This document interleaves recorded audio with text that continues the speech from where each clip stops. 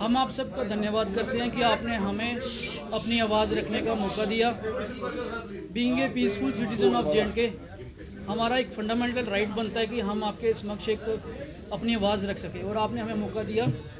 हमारा मुद्दा ये है कि ये जो स्पोर्ट्स पॉलिसी जो बनाई गई थी एलजी साहब ने, वो स्पोर्ट्स को बढ़ावा देने के लिए बनाई गई थी, ना कि डिग्रेड करने के लिए। हम बड़े खुश हुए थे जब 2021 में ये हमारी स्पोर्ट्स पॉलिसी बनके तैयार हुई थी, ताकि जो ओलंपिक इवेंट्स हैं, ओलंपिक एशियन गेम्स इवेंट्स हैं, उनको आगे आने का मौका मिलेगा, उनको बढ़ावा मिलेगा और उनमें पार्टिसिपेशन बढ़ेगी। और ये क्लियरली इनकी स्पोर्ट्स पॉलिसी में मेंशन है, ये बिल्कुल मेंशन है।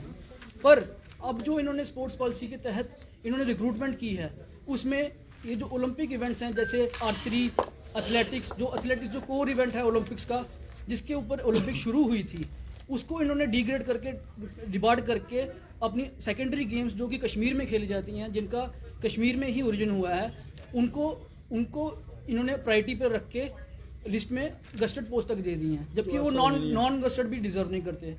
और उन्होंने ऐसी इवेंट्स, इनकी ये पॉलिसी खुद बोलती है कि फोकस स्पोर्ट्स जो हैं ये हैं athletics, football, hockey, volleyball, judo, kayaking and canoeing, skiing, rugby, fencing, kabaddi, wushu, thangta, chess and cricket. इसमें कहाँ पर इनका नाम है पेंसिक स्लेट का, जिनको ये गस्टेड पोस्ट पे लगा रहे हैं, कहाँ पर नाम है इनका? और सेकंड पॉइंट सर, इन्होंने अगर रखना भी था उस गेम को बीच में, तो उनको कैटेगरी में रखते, 3rd C कैटेगरी में रखते, जैसे इन्होंने अपनी पॉलिसी में लिखा है। ये पॉलिसी इनकी स्पोर्ट्स जेके पॉलिसी 2022 की पॉलिसी है।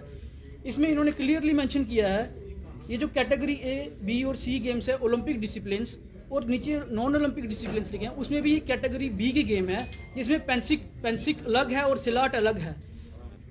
और इन गेम्स को बढ़ावा दे के सारी की सारी लिस्ट में 2021-22 की लिस्ट में इनके नाम डाल दिए गए हैं। और हमारे जो बच्चे जेन्युइन बच्चे हैं, जो मेहनत करके मेडल लेते हैं, जिनका एक 2 मेडल है, नेशनल में गोल्ड मेडल है, ब्रॉन्ज मेडल है, इवन कि 2 गोल्ड मेडल वालों को इन्होंने नेशनल में बाहर निकाल दिया है मेरिट के बेस पे। क्योंकि ये जो इंटरनेशनल इवेंट्स कराते हैं वो कश्मीर में ही कराते हैं, वर्ल्ड चैंपियनशिप कराते हैं कश्मीर में कराते हैं, और 4 कंट्रीज़ पार्टिसिपेट करती है इसमें, 4-5 कंट्री पार्टिसिपेट करते हैं, और खुद ही आपस में मेडल बांट के वर्ल्ड चैंपियनशिप कंडक्ट कराते हैं। मैं आपकी इन्फॉर्मेशन के लिए बताना चाहूँगा कि जो गेम्स होती हैं वो अलग होती हैं, और चैंपियनशिप जो होती है अलग होती है।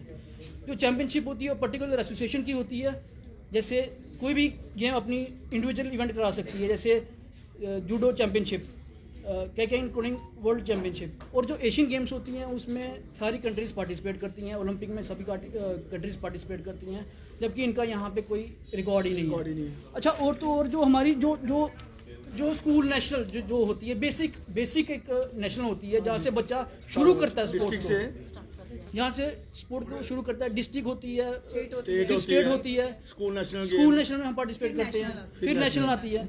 उसको बाईपास करके ये अपनी एसोसिएशन बना के ये कर रहे हैं। ये देखो, ये स्कूल नेशनल गेम्स, ये वही डिपार्टमेंट है जो हमें रिक्रूट करता है, यूथ सर्विस एंड स्पोर्ट्स। ये उसी डिपार्टमेंट के स्कूल नेशनल का है, इसमें इनका इस गेम का कोई नाम ही नहीं है। तो ये इतने बड़े इसमें कैसे आ गई? 10 सालों में इन्होंने, इनके बच्चे 40 लगे हैं। तो जो बच्चे हमारे खेल रहे हैं कम से कम भी 20-20, 25-25, 30 सालों से, बाकी सब गेम्स में उनका किसी का नाम ही नहीं है। एक ही गेम इतनी वो पॉपुलर होगी जे.एंड.के में कि सबका नाम उन्हीं के बच्चों का आएगा, बाकी बंदे क्या खेलेंगे?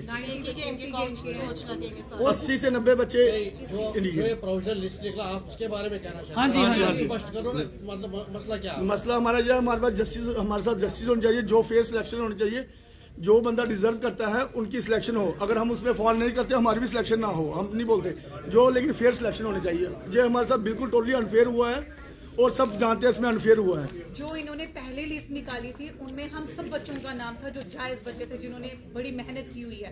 सडनली ये थोड़ी देर के बाद फिर से लिस्ट निकालते हैं जिनमें उन बच्चों का नाम है ही नहीं, जिनका हमारी वेरिफिकेशंस भी होती हैं, CID डिपार्टमेंट से भी होती हैं, पुलिस की भी वेरिफिकेशंस होती हैं।